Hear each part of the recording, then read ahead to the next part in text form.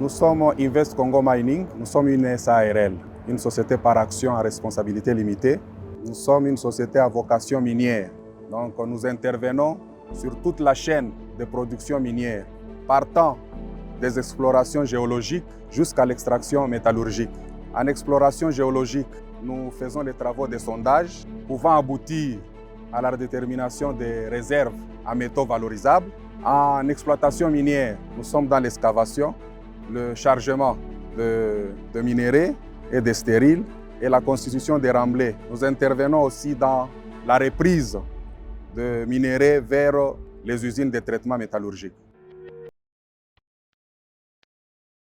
Moi, c'est Igo Sinza. Je suis le Deputy General Manager de Tenke-Fungurume Mining, en charge du département de coopération. Tenke-Fungurume Mining, c'est près de 4000 employés directs, dont 99% des Congolais et le reste personnel expatrié.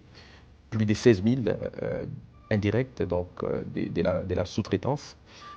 Tenke-Fungurume Mining, les activités ont effectivement démarré en 2006 et la première production en mars 2009, c'est plus de 6 milliards de dollars, 6 milliards 700 millions de dollars de contributions aux revenus de l'État, donc en termes de taxes, impôts et autres redevances.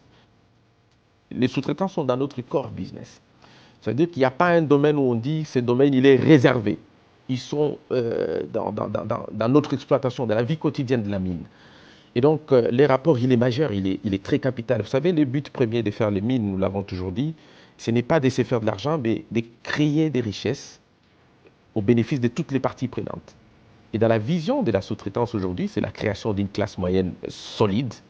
Et lorsqu'on parle d'une classe moyenne solide, c'est une classe moyenne congolaise.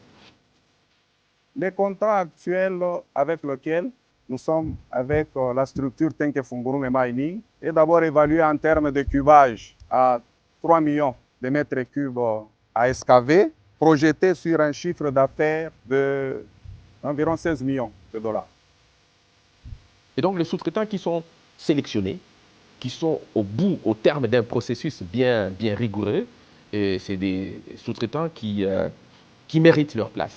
Vraiment, je crois que c'est le moment propice pour nous de remercier l'ARSP pour son apport non négligeable dans la matérialisation de la vision du chef de l'État.